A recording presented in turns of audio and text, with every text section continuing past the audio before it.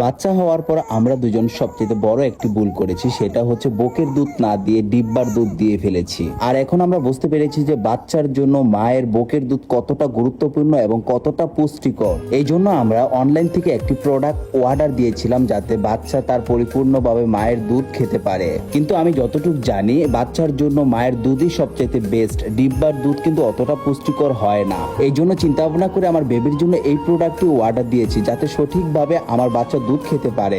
কিন্তু আমার মনে মনে একটু সন্দেহ হলো, যার কারণে এই পাম্পার মেশিনটা আমি একটু পেটের ভিতরে লাগিয়ে দেখলাম, কিন্তু না ভিউয়ার্স, অতটা পাম্প হচ্ছে না। তবুও দেখি, আমি বাসায় গিয়ে একটু টেস্ট করে দেখবো যে আসলে পরিপূর্ণভাবে দুধ বের হয় কিনা।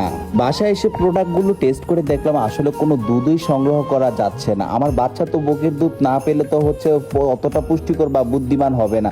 কি আর করব, দুঃখে আর কপালে যা আছে সেটাই হলো। জিদ্দের ঠেলায় আমি আমার এই প্রোডাক্টটি ফেলে দিলাম এবং বাইরে আশ্রয় মাশ্রয় সব করে দিলাম।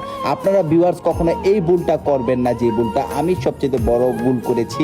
বাচ্চা হলে সবসময় একটা জিনিস মাথায় রাখবেন, মায়ের বুকের দুধ দেওয়ার চেষ্টা করবেন প্রথমত। আর যদি বুকের দুধ না দিয়ে ভালোবাসা দেখিয়ে আপনারা ফিটার লাগিয়ে দেন ডিব্বার দুধ সহকারে, তাহলে সারা জীবন কান্না করতে হবে। বাচ্চা তো কখনো পুষ্টিকর খাবার পাবেই না, বরং অশিক্ষিত হবে এবং বুদ্ধিও কম হবে। আর ভুলও আপনারা এইসব মেশিন কিনবেন না, কারণ এইসব মেশিন গুলো ভিডিওতে দেখাচ্ছে খুব ভালো করে মায়ের দুধ সংগ্রহ করা যায়। তো ভিউয়ার্স, আমার হাতে যে প্রোডাক্টটা 1000 টাকা দেখছেন, এটা সম্পূর্ণ মিথ্যা একটি প্রোডাক্ট। কোনো মায়ের দুধ সংগ্রহ করা যায় না। কিন্তু আমার হাতে যে প্রোডাক্টটা দেখতেছেন, এইটা মাত্র 250 টাকা নিয়েছে, ডাক্তারের দোকানে পাওয়া যায়। এই প্রোডাক্টটা দিয়ে মায়ের দুধ খুব সুন্দর করে সংগ্রহ করা যায়।